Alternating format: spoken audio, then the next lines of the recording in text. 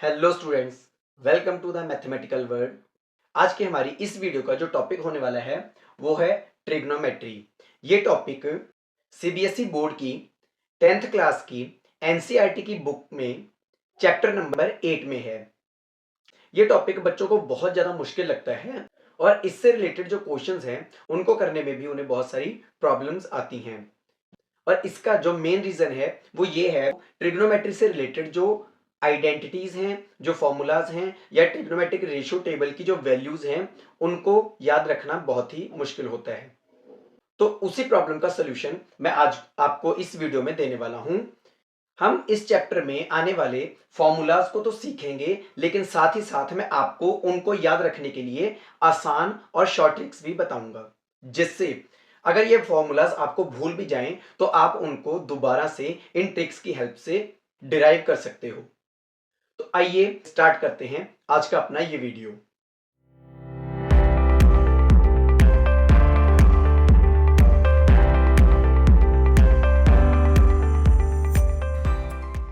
यहां पर सबसे पहले हम ये जानेंगे कि ट्रिग्नोमेट्री का मीनिंग क्या है। ट्रिग्नोमेट्री को ग्रीक वर्ड से डिराइव किया गया है, जिसमें से सबसे पहला जो ट्राई वर्ड है उसका मीनिंग होता है 3। इसके बाद जो इसका सेकंड पार्ट है वो है गॉन, दैट मीन्स साइड्स। और जो इसका तीसरा पार्ट है मैट्रन, जिसका मीनिंग है मेजर। सो ट्रिग्नोमेट्री को हम प्रॉपरली डिफाइन कर सकते हैं। Trigonometry is the study of relationship between sides and angles of a right triangle. जी हाँ, राइट ट्राइंगल इसलिए क्योंकि जो ट्रिग्नोमेट्री है वो सिर्फ और सिर्फ राइट ट्राइंगल के लिए ही काम करती है। तो यहां पर मैं एक राइट ट्राइंगल ड्रॉ कर रहा हूं जिसको नाम दिया क्यू आर एस, और यहां पर ये जो आर एंगल है ये 90 डिग्री के इक्वल है। और हम सब जानते हैं कि 90 डिग्री के जो ऑपोजिट साइड है उसको हम हाइपोटेनस मानते हैं, और इसके अलावा जो दो साइड्स रह जाती हैं इनमें से किसी एक को बेस या परपेंडिकुलर लेट करना होता है। लेकिन यहां पर हमें किस साइड को बेस और किस साइड को परपेंडिकुलर लेना है, उसके लिए हमें यह पता होना चाहिए कि जो ये ट्रिग्नोमेट्रिक रेशियोज हैं इनमें किस एंगल के बारे में पूछा गया है या किस एंगल पे हमें इनकी वैल्यूज को फाइंड करना है। तो उसके लिए हमें पता होना चाहिए कि ट्रिग्नोमेट्री रेशियोज हैं कौन कौन सी। तो ट्रिग्नोमेट्रिक रेशियो में सबसे पहले हमारे पास आता है साइन, जिसको शॉर्ट में हम साइन लिखते हैं। सेकंड हमारे पास आता है कोसाइन, जिसको शॉर्ट में हम कॉज लिखते हैं। थर्ड हमारे पास आता है टेंजेंट, जिसको हम tan लिखते हैं। फोर्थ है हमारे पास कोसेकेंट, जिसको हम शॉर्ट में कोसेक लिखते हैं। फिफ्थ हमारे पास होता है सीकेंट, जिसको हम शॉर्ट में सेक लिखते हैं। सिक्स्थ और लास्ट है वो हमारे पास होता है कोटेंजेंट, जिसको हम शॉर्ट में कॉट लिखते हैं। तो मैं ये कह रहा था कि मान लीजिए मुझे साइन एस की वैल्यू फाइंड करने के लिए बोला गया है। तो यहां पर ये जो एस एंगल है, इस एंगल और ये जो 90 डिग्री का एंगल है, इन दोनों एंगल्स के बीच में आने वाली साइड को बी लेट करना होगा और जो बची हुई साइड है उसको परपेंडिकुलर लेट करना होगा। लेकिन वहीं पर मुझे एस की जगह साइन ऑफ क्यू की वैल्यू फाइंड करने के लिए बोला गया है। तो उस केस में मैं इस क्यू एंगल और इस 90 डिग्री के बीच में आने वाली साइड को बेस लेट करूंगा और जो थर्ड साइड बचेगी उसको मैं परपेंडिकुलर लेट करूंगा। इसी कंफ्यूजन को दूर करने के लिए हम यहां पर किसी एक पर्टिकुलर एंगल को नहीं लिखते, उसके लिए हम जर्नल सिंबल यूज करते हैं जिसको हम थीटा बोलते हैं। और थीटा जो है वो 90 डिग्री के अलावा कोई भी एंगल हो सकता है। हम इन सभी के साथ थीटा लगा देते हैं। और अभी के लिए मैं ये मानता हूं कि ये जो एंगल थीटा है वो एस को ही गिवन दिया हुआ है, जिसके कारण इसको हम बेस और इसको हम परपेंडिकुलर लिखेंगे। तो यहाँ पर साइन थीटा की जो वैल्यू है वो हमारे पास p डिवाइडेड बाय h की इक्वल होती है, कॉस की value b divided by h होती है और tan p divided by b के इक्वल होती है। दैट मीन्स कि मुझे साइन थीटा की वैल्यू फाइंड करनी है तो मुझे परपेंडिकुलर को हाइपोटेनस के साथ डिवाइड करना होगा। अगर मुझे कॉस थीटा की वैल्यू फाइंड करनी है तो मुझे b की लेंथ को h की लेंथ के साथ डिवाइड करना होगा। और वहीं पर अगर मुझे tan थीटा की वैल्यू फाइंड करनी है तो उसके लिए मुझे परपेंडिकुलर को बेस के साथ डिवाइड करना होगा। और यहां पर आपको एक और बात को नोट करना है, ये जो साइन है ये कोसेकेंट के रेसिप्रोकल के इक्वल होता है, जो कॉज है वो सीकेंट के रेसिप्रोकल के इक्वल होता है और जो tan है वो कॉट के रेसिप्रोकल के इक्वल होता है, जिससे हम कोसेकेंट थीटा को h अपॉन p के इक्वल लिख सकते हैं, सीकेंट को h अपॉन b के इक्वल लिख सकते हैं और सिमिलरली कॉट को हम b अपॉन p के इक्वल लिख सकते हैं। सो बच्चों, तो आइए इन रेशियोज को याद कैसे रखना है और कौन किसके रेसिप्रोकल है उसको कैसे याद रखना है उसके लिए ट्रिक देखते हैं।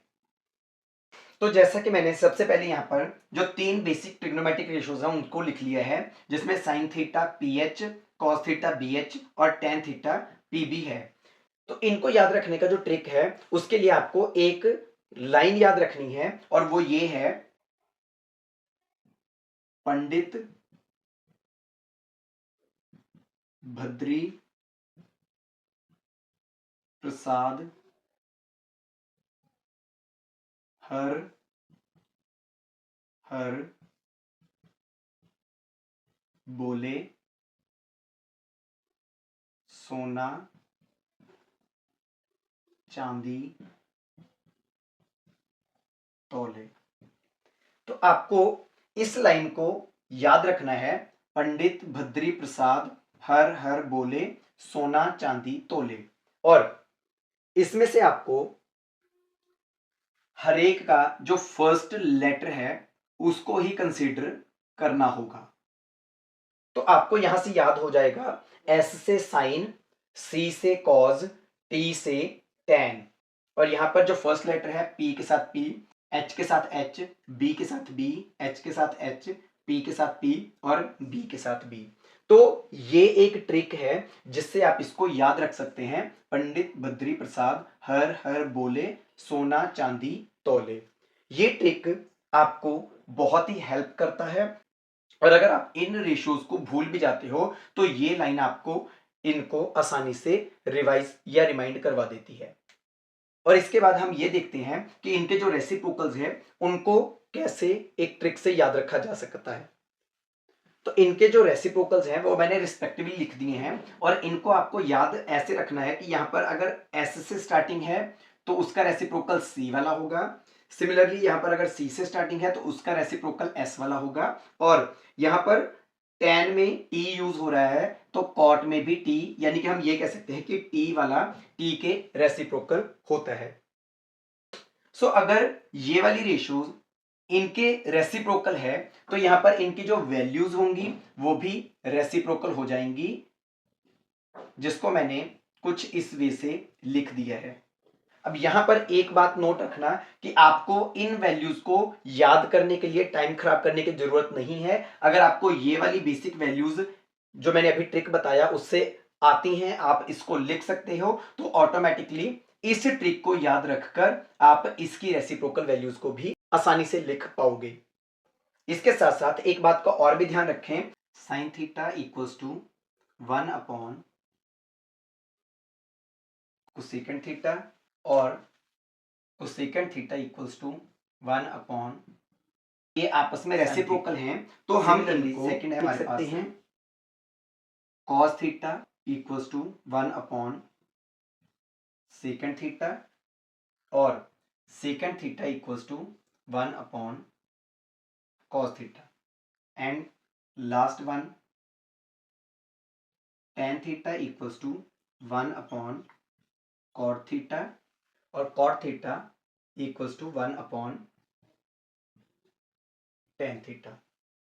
तो रेसिप्रोकल के रिलेशन को हम कुछ इस वे से भी डिफाइन कर सकते हैं। इसके बाद हमारे पास जो है ट्रिग्नोमेट्रिक रेशियोज टेबल, जिसमें हमें इन्हीं रेशियोज की वैल्यूज को 0 degree, 30 degree, 45 degree, 60 degree and 90 degree पे पता करना होता है, जिसके लिए हम एक टेबल ड्रॉ करते हैं। और बच्चों को उस टेबल को याद रखने में बहुत सारी प्रॉब्लम्स आती हैं और बच्चे इन वैल्यूज को याद करने के बाद भी बहुत कंफ्यूजन में रहते हैं कि किस रेशियो की किस एंगल पर कितनी वैल्यू होनी चाहिए। सो यहाँ पर इन रेशियोज की जो वैल्यूज हैं उनको मैं आपको एक ट्रिक से फाइंड करना सिखाने वाला हूं। आपको एक एक स्टेप को अच्छे से देखना है, एक एक बात को अच्छे से सुनना है, ताकि आप भी इसको इसी इजी वे से, इसी ट्रिक से फाइंड कर सकें और इससे आपको इसको याद करने की जरूरत नहीं पड़ेगी। तो सबसे पहले मैं यहां पर 0, 1, 2, 3 एंड 4 लिखता हूं। इसके बाद मैं सभी वैल्यूज को 4 से डिवाइड कर दूंगा और 4 से डिवाइड करने के बाद मैं इन सारी वैल्यूज का स्क्वायर रूट फाइंड करूंगा।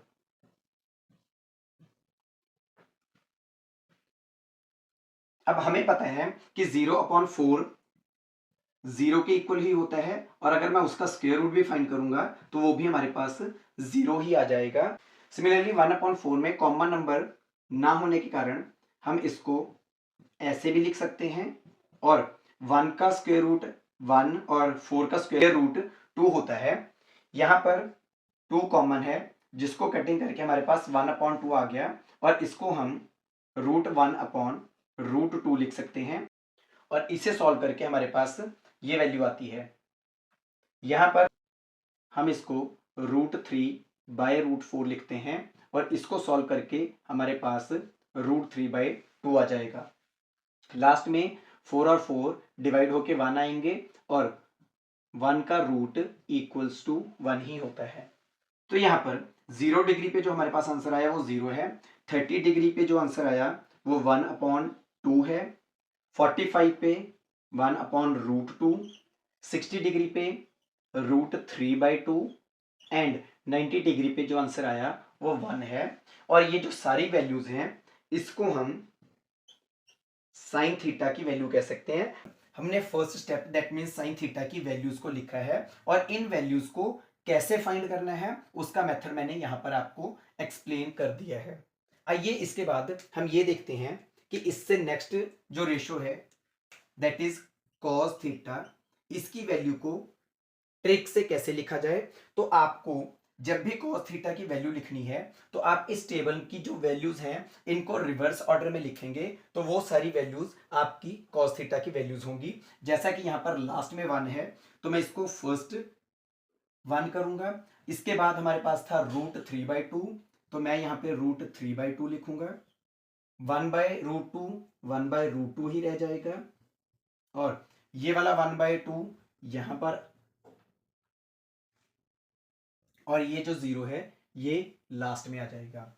तो ऐसे ये जो वैल्यूज आएंगी ये वैल्यूज cos थीटा की वैल्यूज होंगी। तो ऐसे हमें cos थीटा की वैल्यूज को भी याद ना रख के ट्रिक से रिवर्स ऑर्डर में लिख सकते हैं, जिससे कोई भी गलती होने के चांस नहीं है। हमारे पास जो थर्ड रेशियो है वो है tan थीटा। अब यहां पर tan थीटा की वैल्यूज हैं उसको लिखने के लिए आपको साइन थीटा और कॉस थीटा की जो भी वैल्यूज हैं उनको रिस्पेक्टिवली डिवाइड करना होगा। तो मैं ऐसा भी बोल सकता हूं कि tan थीटा जो है वो sine theta divided by cos theta के इक्वल भी होता है। सो tan थीटा की जो फर्स्ट वैल्यू है वो इन वैल्यूज को डिवाइड करके आएगी जिसका आंसर 0 ही होगा। नेक्स्ट हमारे पास 1/2 डिवाइडेड बाय √3/2 होगा जिसको सॉल्व करके हम 1√3 लिखते हैं। नेक्स्ट हमारे पास दोनों वैल्यूज 1/√2 है और हमें पता है कि अगर हम सेम वैल्यूज को डिवाइड करते हैं तो हमारे पास आंसर 1 आता है। इसके बाद हमारे पास है √3/2 डिवाइडेड बाय 1/2 जिसको सॉल्व करके हमारे पास √3 आ जाएगा और लास्ट में हमारे पास है 1/0 और हमें पता है कि किसी भी नंबर को अगर हम 0 से डिवाइड करें तो वो 0 से डिवाइड करना पॉसिबल नहीं है। हमारे पास साइन कॉस tan इन तीनों रेशियोज की जो डिफरेंट एंगल पर वैल्यूज हैं वो आ गई हैं। सो हम रेसिप्रोकल वाले रिलेशन के केस से हम यहाँ पर cosecant theta, secant theta and cot theta की वैल्यूज को भी लिख सकते हैं, जैसा कि मैंने यहाँ पर रेसिप्रोकल करके लिख दिया है।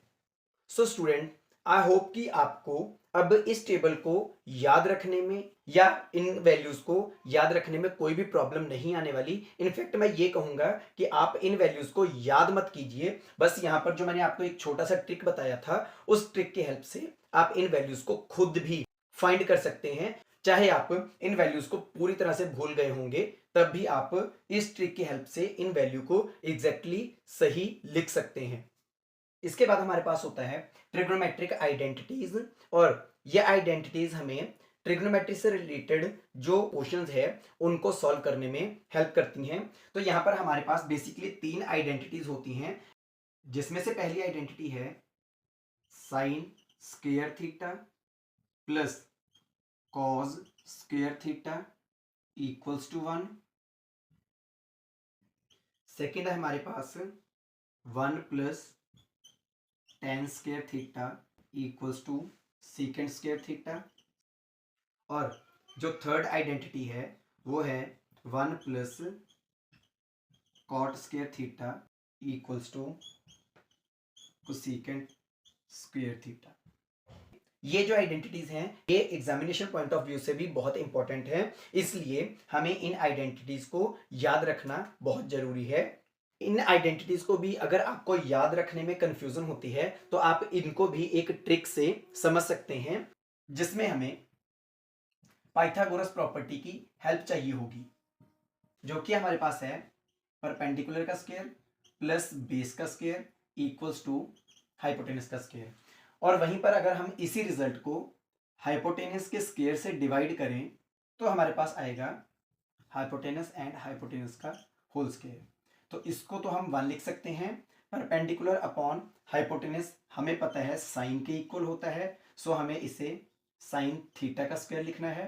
और base upon hypotenuse cos theta के इक्वल होता है, तो हमें इसे कॉस स्क्वायर थीटा के इक्वल लिखना है, जिससे हमारी जो फर्स्ट आइडेंटिटी है वो प्रूव हो जाएगी।